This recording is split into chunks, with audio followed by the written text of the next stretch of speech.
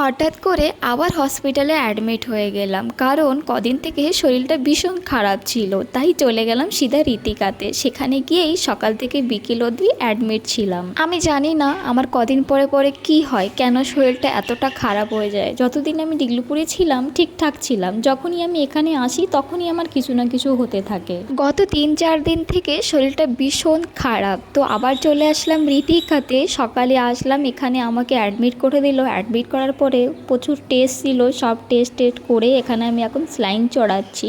Saline চড়ানোর সময় দেখো আমার ছেলে আমাকে কতটা ডিস্টার্ব করছে, আর ও এই বেডটার উপরে পুরো নাচানাচি করছিল। আমি কিন্তু 3-4 দিন থেকে কোনোই ভিডিও আপলোড করতে পারছি না। এবার তোমরা ভাবছো যে আমার কি হয়েছে। আমি জানি না আমার কি হয় কদিন পরে পরে, কি যে হয়েছে আমার শরীরটা আমি নিজেই বুঝতে পারছি না। কেন আমার শরীরটা এত খারাপ হয়ে যায় কদিন পরে পরে। শরীরের ভিতরে এতটা কমজোরি, হঠাৎ হঠাৎ করে চক্কর চলে আসে, উঠে দাঁড়াতে পারি না, বসে থাকলে উঠে দাঁড়ালেই চক্কর চলে আসে, আরও বিভিন্ন ধরনের অসুবিধা। এক তো আমি এতটা খাওয়া দাওয়া করি, আমার গায়ে কোনো কিছুই লাগে না। দিন আমার ওয়েটটা অনেকটাই কমে যাচ্ছে, আর আমি এতটা ডাল হয়ে যাচ্ছি, শরীরে কোনো এনার্জি পাচ্ছি না। তারপরে কিছু খেতে গেলে আমার উল্টেই আসে, মানে এতটা প্রবলেম শুরু হয়েছে কিসের জন্য কিছুই বুঝতে পারছি না। তোমরা একটু প্রে করো আমার জন্য, যে আমি যেন তাড়াতাড়ি ঠিক হয়ে যাই। গত 3-4 দিন থেকে আমি শুধু ঋতিকা হসপিটালেই দেখিয়ে যাচ্ছি, আর একটু এখন ঠিক আছে আমার শরীরটা, তাই আমি কিন্তু তোমাদের কাছে এই কথাটা শেয়ার করতে পারছি, তাই ভিডিওটা ভয়েস ওভার দিতে পারছি আমি।